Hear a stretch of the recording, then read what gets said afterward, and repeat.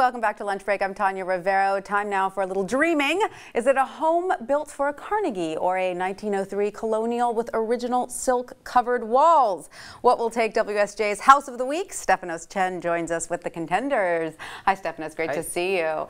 Let's start with this beautiful Tacoma, Washington 1903 home. Gorgeously renovated, yes. Every detail. Yeah, and the owner was very hands-on with the renovation, even scrubbing the floors himself to really get the grain back out. But as you said, a 1903 Colonial-revival style home.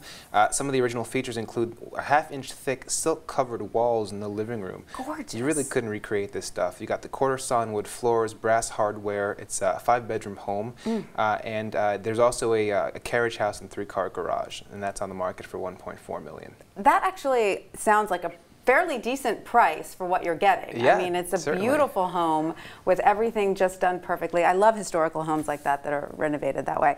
Let's move on to another beautiful historic home, but a totally different style. This yes. Florida Mediterranean. And an interesting pedigree here as well, because it was built for William Carnegie, who was the nephew of the industrialist Andrew Carnegie. Very nice. And this is built in the 1920s, and this is more of a southern Florida sort of Addison Meisner-inspired Mediterranean home. You have here some of the original features include the Pecky cypress wood, which is indigenous to the southern area. You have this large sunroom. You've got a sandy beach with a deep water dock.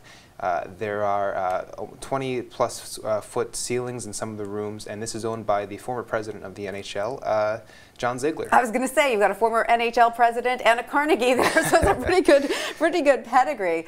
The Cuban in me, I have to say, really gravitates towards the Mediterranean. That's going to be my pick, but I don't know what the readers are going to pick. Let's talk about this modern farmhouse in Kent, Connecticut. Yeah, this one's interesting because the architect Stephen Harris took this idea of the traditional farmhouse and wanted to take the elements to create this modern take on it.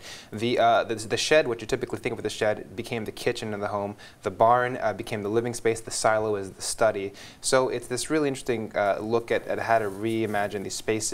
Again, you have very tall ceilings here, 23 feet tall in the living room, and this is on the market now for just under $3 million. Gorgeous, very modern, clean lines, very peaceful. There's something very peaceful about that. But not sterile at the same time. Not sterile, exactly. Now, the next pick is pretty amazing. It's a full-on estate with a chapel on the ground. Yeah, this you could make your own feudal kingdom on this property. It seems like you have. It's more than 21,000 square feet for the main home. It was completed in 1993. It's been designed for very large family gatherings, as you might be able to surmise. The main home has 8 bedrooms, 9.5 bathrooms. But between the home and some other cabins and outbuildings, you can sleep. There's 25 bedrooms in total on the property. Amazing. You have, as you said, that private chapel for religious observances. You have an indoor pool with a 20-foot waterfall feature. So really lots of high-end amenities here for the whole family. Stunning. I suppose if I were a matriarch of a huge dynasty, I might choose that property, but seeing as how I only have 2 kids, I think I'm going to go with the Mediterranean in Florida.